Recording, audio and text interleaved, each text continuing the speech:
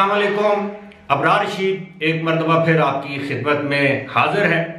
थोड़ी सी बेरब्तगी बेकायदगी के बाद आपकी खिदमत में हाजिर हूँ। अजीब सा लगता है जब आप 3-4 वीडियोस पर डे से बनाते बनाते किसी भी वजह से आप वीडियोस बनाना कम कर दें या ख़त्म कर दें तो थोड़ा इंसान सुस्त हो जाता है, लट हो जाता है कि जी क्या रोज़ाना वही मामूल। लेकिन क्या किया जाए,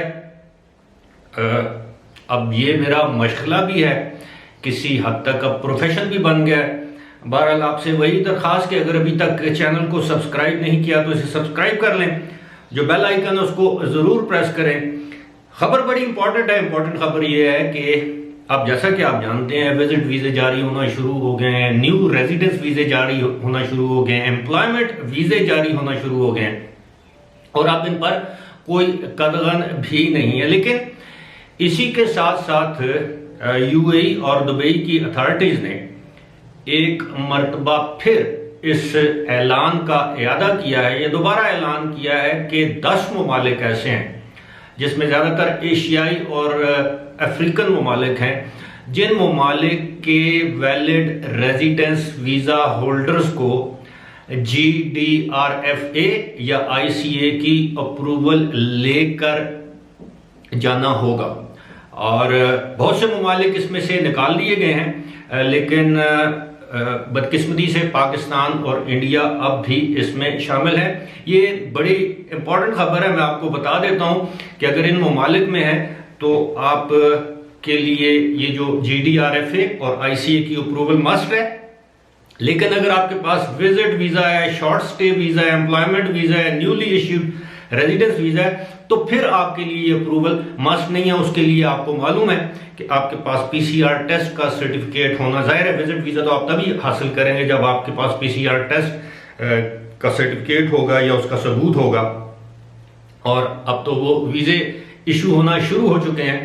तो जिन ममालिक पर इन पाबंदियों को यानी GDRFA और ICA की जो प्रायर अप्रूवल है, पेशगी मंजूरी है, उसको बरकरार रखा गया है, उनमें मैं आपको बता देता हूं बांग्लादेश है, इंडिया है, इंडोनेशिया है, नाइजीरिया है, पाकिस्तान है, साउथ अफ्रीका है, श्रीलंका है, युगांडा है, वियतनाम है और ज़ाम्बिया है। ये 10 ममालिक हैं जहां से आने यूएई जाने वालों के लिए GDRFA या ICA की अप्रूवल दरकार है।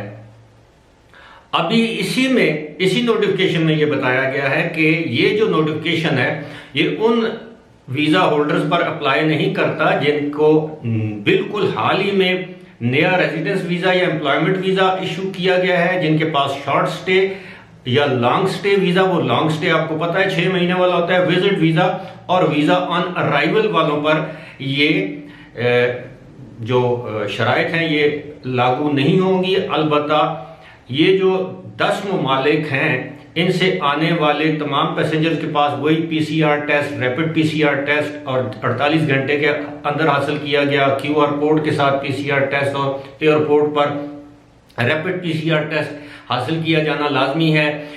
दुबई या पोर्ट ऑफ अराइवल पर एक मरतबा फिर आपको एक PCR टेस्ट करवाना पड़ेगा। एक इंपॉर्टेंट बात यह है कि Dubai based carrier said that ये एमिरेट्स ने कि जी travelling to Dubai as their final destination from Bangladesh, Nigeria, Vietnam, Zambia, Indonesia will not be accepted for travel without completing the COVID-19 testing requirements. यानी ये जिन ममालिक का मैंने नाम लिया है इन ममालिक से बराह रास्त एज अ फाइनल डेस्टिनेशन इन ममालिक के नेशनल्स को आने की इजाज़त नहीं दी जाएगी। अच्छा, इसमें अभी ये भी आ गया है, ये साथ साथ फ़ोन भी आ रहे हैं, इसमें ये भी आ गया जी कि in addition UAE national returning to Dubai from any country are exempted from the pre departure Covid. अब बाकी तमाम मुल्कों को के जो शहरी हैं उनको जो यूएई नेशनल्स जितने भी हैं वो किसी भी मुल्क से अगर आएंगे तो उनके लिए ये प्री डिपार्चर कोविड-19 का टेस्ट जो है वो लाजमी नहीं है। अब जिस तरह दिन गुजरेंगे आप देखते रहिएगा कि इसकी वजाहतें आती जाएंगी, क्योंकि काफ़ी ज़्यादा इब्हाम था उस फैसले में जब उन्होंने विजिट वीज़ा जारी करने का ऐलान किया।